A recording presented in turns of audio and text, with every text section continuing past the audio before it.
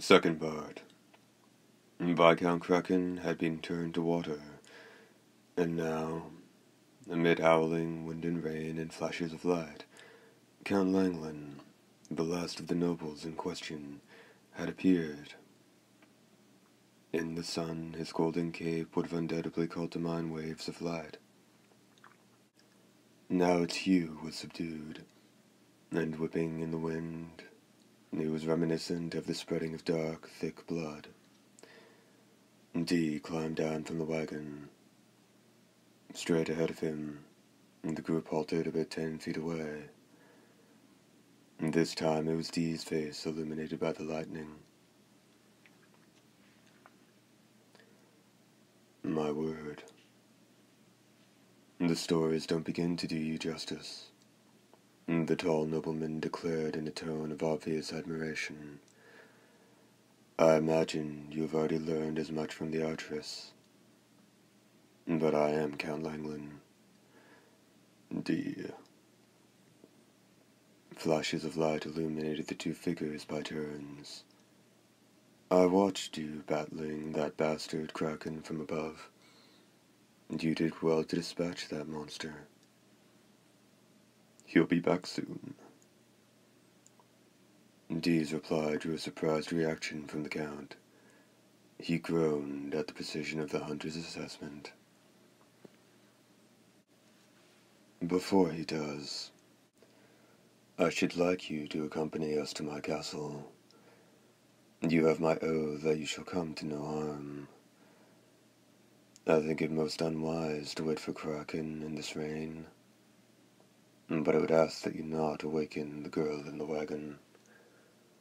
What I wish to know will be more easily discovered in her present condition. It's you that she's after. I realize as much, and once I learn what it is I wish to know, I should be only too happy to let her attack me. And you won't go back on that, will you? I saw her from above, how she has grown, and her years are a measure of my sin. Very well. You will be so good company. You will be so good as to accompany us. The Count commanded the guards to either side of him. No need for that. Dee turned. Dee said, turning his back to them, until the hunter entered the aircraft carrying Iriya and Meeker. The Count remained there as still as a statue. Page break, indicated by a small cross. It looks like we've arrived, the left hand informed the hunter less than 10 minutes after they took off. Beyond the door that now opened, a vast castle loomed. If you would be so good as to proceed to my research center. As the Count led the group down a corridor, Dee said to him, It'll be daybreak soon. As the Count led the group down a corridor, Dee said to him, It'll be daybreak soon. The time when nobles must sleep was coming. Even when shielded from sunlight, nobles as a rule fell into a kind of coma from daybreak to sunset. It was this major failing that made the humans' resistance to their rule possible. Even during the daytime, I am able to move about freely. I do require the aid of the darkness, however. So you've modified yourself, eh? And here I thought the nobility were so full of themselves they didn't make any progress. Perhaps the Count was perfectly aware of the nature of the horse voice, because he didn't show any confusion as he replied. Actually, that is precisely the case. My research is not born of doubt and denial of the noble condition. It is the result of purely academic pursuit. The group walked down a long corridor, boarded a linear elevator, and then walked some more before entering a room where old-fashioned lab equipment sat side by side with the very latest technology. I would have them wait in a back room until preparations are complete. Through that door. Once Dee had set Iriya and Mika down on sofas in a room resembling a salon, Jean, who'd followed him, said, "Lovely girl, isn't she?" As she gazed at the sleeping Iriya, the archeress wore the expression of an ordinary woman. Hunters couldn't really be human. But there were times when this ironclad rule was broken. There beside the one who'd made her lower her guard, Jean set down her bow and quivers, and leaned back against the wall facing the doorway. "Dee," she called over to the hunter, "I don't think the girl's cut out for this." "How can you tell?" "There's no better way to read a person's true character than to look at their face while they're asleep. She's too peaceful." She got no reply. Without another word, Jean hit the wall with her hand. Dee was standing on a sunlit plain. The winds that riffled the grass made his hair flutter. Off in the distance are silvery mountain peaks, and a lake like a bright blue jewel, the hoarse voice commented. "Such childish imaginings." How romantic, how sentimental, how humanistic. Is this the true nature of the nobility? Do they really just want to be human? The harsh tone caused Dee to return his gaze to the archeress. The nobility's virtual reality technology could create original scenes or duplicate sights they'd actually seen. Which was this? The scenery changed. It was evening in a valley. The river's flow reflected the color of the dusty sky, and by its banks lights glowed in a lone log cabin. The smoke from a cooking supper rose from its chimney.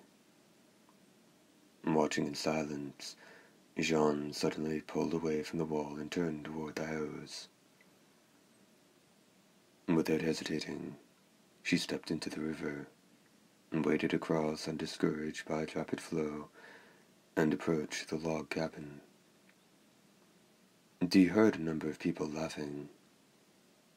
Jean halted at the front door, and then, after a moment or two, she went over to a window and peered in. Light spilled out. Her expression was peaceful. Someone began singing to the accompaniment of a strummed tone. A young woman. "Nice pipes," the hoarse voice said. "She's even got the darkness bewitched. I wouldn't mind spending the rest of my life in the Forsaken Valley if it meant I could listen to that." In Dee's field of view, Jean had remained motionless for quite some time, but she quietly backed away from the window and returned to him. "Make you homesick?" The voice from his left hand teased. "Such a big family," Jean replied, going back to her original position by the wall. In a little while, dry lips that never saw lipstick slowly began to hum a melody. "That's the same song," the hoarse voice said. Just then, the scene changed 3 times. No sooner had the room returned to its original state than the Count's voice announced, "I shall begin now.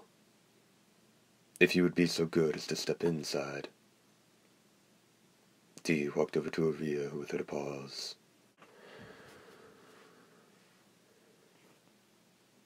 Putting the still sleeping girl into an examination pod, The Count tapped lightly on the container's light green surface. 3 millennia of accumulated trial and error. This should be nearly perfect, though I cannot say that with complete confidence.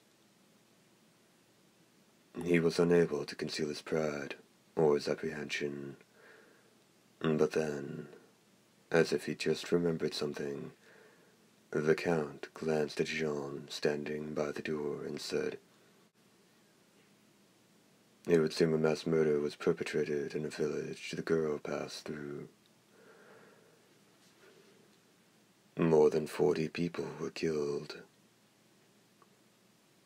Did you not notice?" "When was this?"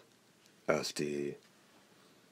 With that, he turned his gaze to Jean, and then returned it to the pod, saying, "Get started." The Count's right hand passed something. The Count's right hand pressed something, and while the silence remained unchanged, it began to alternate between light and darkness. The long swords and spears decorating the walls sank into the darkness, and then appeared again. Visible through the pod's window, Iriya's face was bathed in the same steady blue light. On the wall in front of Dee and Jean, innumerable glowing characters began to flash. The characters were unlike those of any human language in style or structure. Those are what they call noble characters, the left hand explained. A different light tinged the room red. Unusual developments beneath branch 3. A fluid mechanical voice informed them. "Everything is turning into water. I repeat, everything is turning into water." "Come, have you Kraken?" Count Langland grumbled, his whole body trembling. Turning to the ceiling, he commanded, "There is no need to counterattack. Ignore him." And then he put his hand inside his cape and pulled out what appeared to be a gold bar. And beckoning to Jean, he took her hands and closed them around the bar. "Here is your compensation. I hope it will be sufficient for you to reclaim your memory."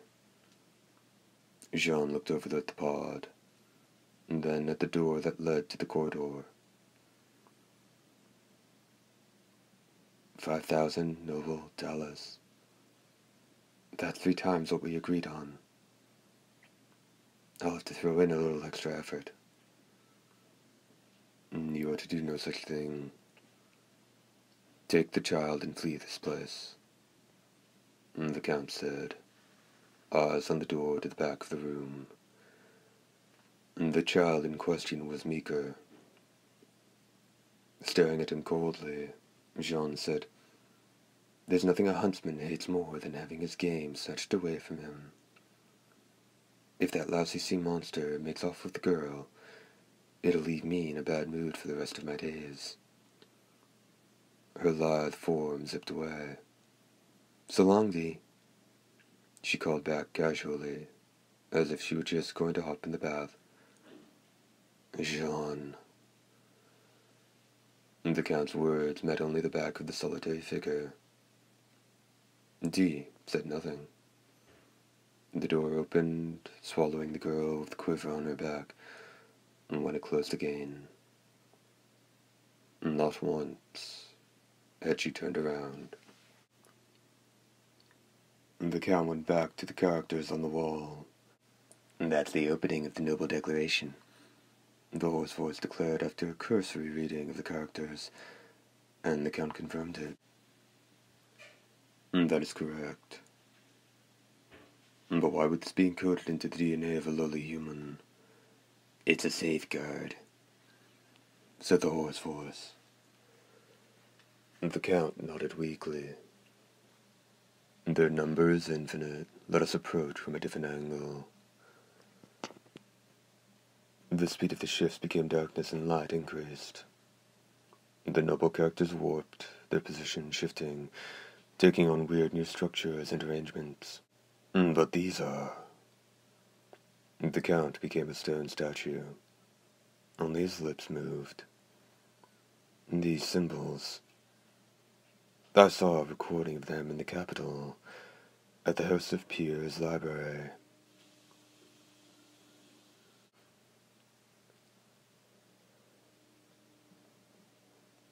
They're sacred ancestor characters. Stunned, the Count turned to face the speaker. Said to be used solely by the sacred ancestor and his family, these characters had become the stuff of legend, even among the nobility. Yet now they filled his wall. Initiate translation. The Count commanded as he kept his eyes riveted on D. He immediately received an answer. Translation impossible. Translation impossible. Persons capable of deciphering said characters, only one at present. D. The Count called out. Can you read this? You can read it, can't you? I will not ask you how. But please tell me. What is the secret to being bitten by a noble but not becoming a noble? Also, is there any more to it? Special abilities or side effects? The room rocked uneasily. The wall, ceiling, floor, and everything else were losing their firmness and becoming pliable. Come, have you, Kraken? The Count raised his right hand. Lightning shot from it, halting the transformation into water. No, only slowing it slightly.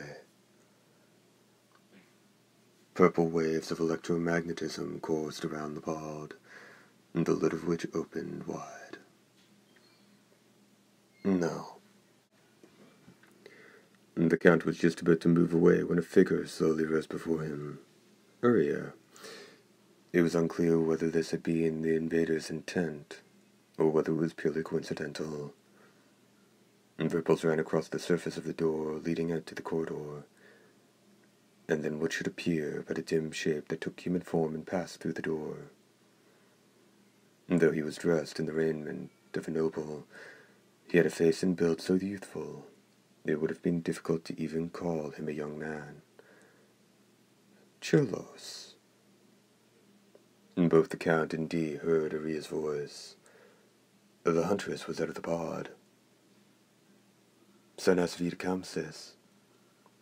The last member of the family that had once lived peacefully in a valley, her younger brother Cholos sadly greeted his sister.